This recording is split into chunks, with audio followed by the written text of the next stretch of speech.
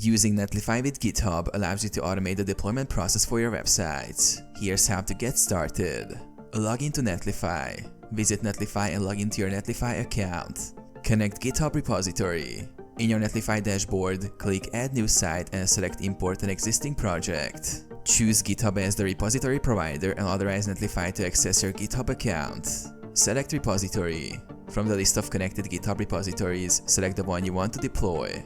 Ensure the repository contains your website's code. Configure build settings. Set up your build environment. Build command. Specify the command to build your site. Publish directory. Set the directory where your build files are located. Deploy. Click deploy.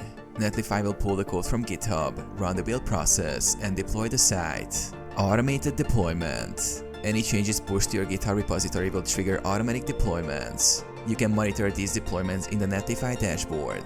Access live site.